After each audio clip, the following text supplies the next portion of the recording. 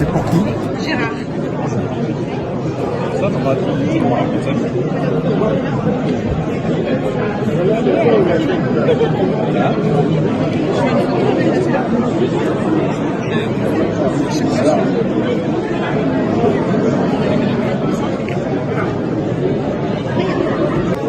Pascal Légitimus, bonjour. Oui, bonjour madame.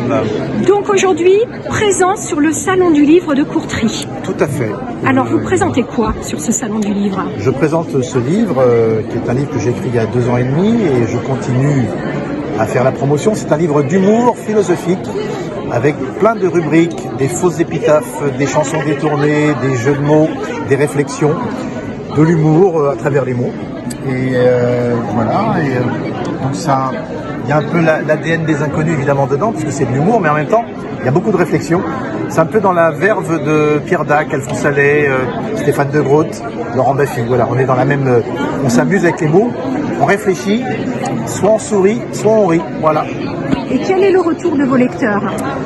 Bah écoutez, j'en ai vendu plus de 10 000 et ça marche très bien. Et les gens sont étonnés parce qu'au départ ils pensent que c'est une biographie. Ils disent non, moi je suis trop jeune pour raconter ma vie. Et ils sont assez surpris. Je leur dis souvent, ça ne se lit pas qu'aux toilettes. On l'ouvre à n'importe quelle page et on s'en amuse. On peut passer des soirées entières avec des amis à rigoler, à échanger. Voilà. Donc bonjour. Bonjour. Aujourd'hui c'est le Salon du Livre de Courtry. Ouais. Et vous êtes présent avec un livre. Hop. Donc voilà, Fils à papa, Christophe Beaugrand. Est-ce que vous pouvez nous en toucher un mot? Oui, alors je suis ravi d'être invité ici à Courtry avec mon mari Ghislain. Effectivement, Fils à papa est un livre que j'ai écrit pour raconter l'histoire de notre petit garçon. Ghislain m'a aidé pour les corrections du livre, donc c'est un travail à 4 mains et on raconte dans ce livre voilà, comment on a réussi à fonder notre famille grâce à une femme qui a porté notre bébé aux États-Unis, la GPA, donc ce qu'on appelle la gestation pour autrui. Et on essaye d'expliquer un peu pour montrer aux gens ce à quoi ça ressemble vraiment, loin des caricatures qu'on peut lire parfois. Et voilà, dire que c'est un projet plein d'amour et qu'on est devenus, je pense, les plus heureux des hommes en devenant papa. Et puis qu'on a une famille finalement comme toutes les autres. D'accord. Et alors, ici, quel est l'accueil des lecteurs justement par rapport à votre livre? Très bonne. Ce qui est hyper intéressant, c'est qu'on a aussi bien des familles, on va dire classiques, un papa et une maman, des célibataires qui se projettent pour avoir des enfants, mais aussi là on a eu des grands-parents. Voilà, il y a vraiment un mélange aussi intergénérationnel, c'est assez intéressant. Je pense que ça montre que cette question-là de la parentalité, ça touche tout le monde.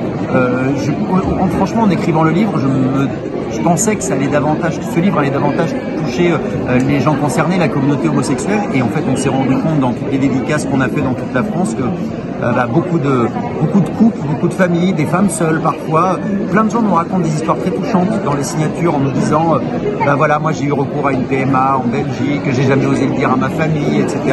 Donc ça montre que finalement cette question de l'envie de fonder une famille qui est plus forte que tout, ça transcende vraiment homme, femme, homo, hétéro. C'est l'amour c'est ce qui est le plus important dans la vie, je pense, de pouvoir fonder une famille. En tout cas, c'est ce rêve que j'avais quand j'étais gamin.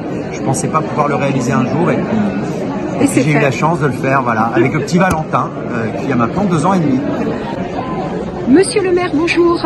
Bonjour Mac Journal. Alors aujourd'hui c'est un grand jour, c'est le Salon du Livre. C'est un très grand jour qu'on attendait avec beaucoup d'impatience. En effet, c'est la 3e édition de ce Salon du Livre Paris-Vallée de la Marne.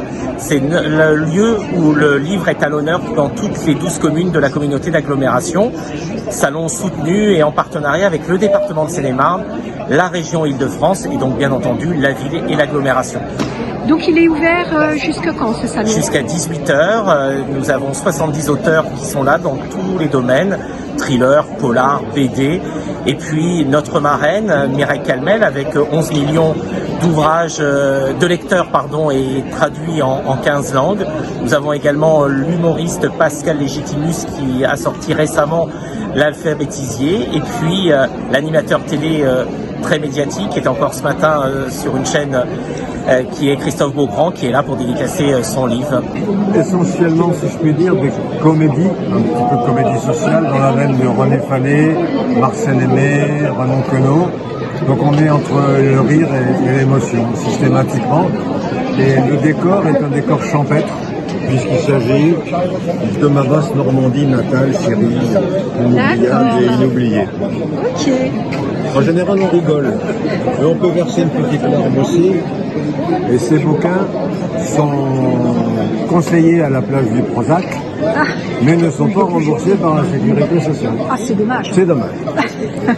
Merci beaucoup. Alors, c'est quoi les bonnes actions? Dites-nous. Je reverse de l'argent sur certains de mes livres à des associations, 50 centimes de mes droits d'auteur. D'accord, donc Cynthia Kimberley. Et donc, quel type d'association? Alors pour les livres pour enfants, il y a pour l'instant 6 associations, la SPA, WWF France, la mémoire médiévale pour le château de Brancion, il y a Rail Plus, une association de sport extrême, Tous Ensemble, une association pour les enfants à l'hôpital, leur offrir des divertissements. Et la dernière en date, c'est pour les chiens guides d'Avec de l'Ouest. D'accord. Et pour mon livre adulte, vous avez Les Amants Callaway, qui a été préfacé par le fond Walter Chani. Je reverse 50 centimes aussi à l'association Callaway pour sauver les gibbons. D'accord, d'où la petite peluche. Wawa, qui était l'emblème de Callaway. Ok, d'accord. Eh bien, écoutez, merci beaucoup pour toutes ces informations. Ben, merci à vous, c'est très gentil. Mais c'est Goldorak? Non, c'est le bateau. Oh. Il est taquin. Oui, hein, quand même. Donc là, on est plus du côté des illustrateurs, en fait, des BD, des... Dessinateur de bande dessinée, voilà. Voilà, c'est ça.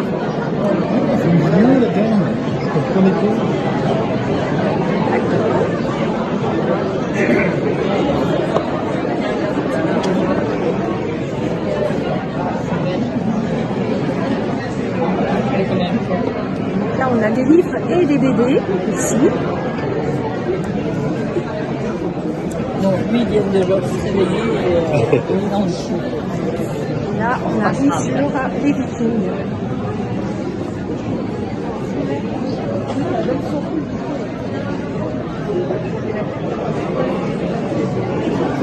Mireille Calmel, bonjour. Bonjour. Donc vous êtes romancière à succès. Il paraît. Il paraît. 20 ans, oui. Alors en 20 ans, combien d'ouvrages ont été vendus?